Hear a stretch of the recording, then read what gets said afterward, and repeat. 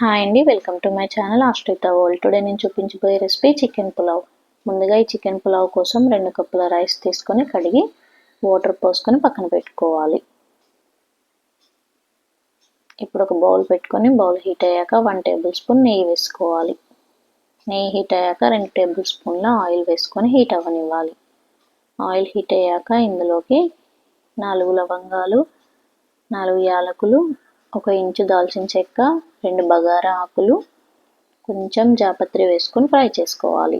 ఇవన్నీ ఫ్రై అయ్యాక 2 medium size ఆనియన్స్ని సన్నగా కట్ చేసుకొని వేసుకోవాలి. ఆనియన్స్ అన్నీ ఇలా గోల్డెన్ బ్రౌన్ కలర్ వచ్చేంత వరకు ఫ్రై చేసుకోవాలి. ఇప్పుడు ఇందులోకి సన్నగా కట్ చేసుకొని పెట్టుకున్న 4 పచ్చిమిరపకాయ ముక్కల్ని యాడ్ చేసుకోవాలి. కొంచెం ఫ్రెష్గా కట్ చేసుకొని పెట్టుకున్న పుదీనాని యాడ్ చేసుకోవాలి. 1 టేబుల్ స్పూన్ అల్లం వెల్లుల్లి పేస్ట్ వేసుకోవాలి. అల్లం వెల్లుల్లి పేస్ట్ మంచిగా ఫ్రై అయ్యేంత వరకు ఫ్రై చేసుకోవాలి. 1/2 టీ స్పూన్ పసుపు యాడ్ చేసుకొని బాగా మిక్స్ చేసుకోవాలి. ఫ్రెష్గా కడిగి పెట్టుకున్న 1/2 కేజీ చికెన్ ఇందులోకి యాడ్ చేసుకోవాలి. ఇక్కడ 1/2 కేజీ చికెన్తో పులావ్ చేస్తున్నాను. 1/2 కేజీ చికెన్కి 1/2 కేజీ రైస్ తీసుకుంటున్నాను. చికెన్ అంతా మంచిగా ఆయిల్లో ఫ్రై అయ్యేంత వరకు ఫ్రై చేసుకోవాలి. ఇప్పుడు ఇందులోకి 1 టేబుల్ స్పూన్ కారం వేసుకోవాలి. అలాగే 1 టేబుల్ స్పూన్ సాల్ట్ యాడ్ చేసుకొని బాగా ఈ కారం ఉప్పు మంచిగా ముక్కలకు పట్టేట్టు కలుపుకోవాలి. ఇలా ముక్కలకి ఉప్పు కారం పట్టాక 1/4 కప్పు వరకు పెరుగు యాడ్ చేసుకోవాలి. పెరుగు వేయడం వల్ల మనకి పులావ్లో ఈ పీసెస్ అనేవి సాఫ్ట్గా ఉంటాయి. ఇలా పెరుగంతా ముక్కలు అబ్జర్వ్ చేసుకునేంత వరకు ఫ్రై చేసుకొని ఇందులోకి ఇప్పుడు వాటర్ యాడ్ చేసుకోవాలి. మనం 2 కప్పుల రైస్ తీసుకున్నాం కాబట్టి 4 కప్పుల వాటర్ వేసుకోవాలి.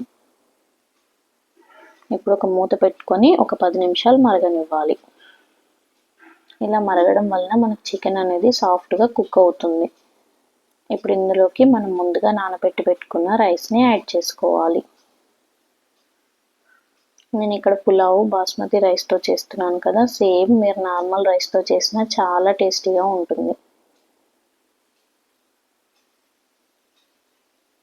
రైస్ అంతా ఇందులోకి యాడ్ చేసుకొని మంచిగా ఒకసారి మిక్స్ చేసుకోవాలి. బాస్మతి రైస్ కదా, ఓకే మిక్స్ చేస్తే మనకు రైస్ అనేది విరిగిపోతుంది. ఇలా మధ్య మధ్యలో నెమ్మదిగా కలుపుతూ కుక్ చేసుకోవాలి.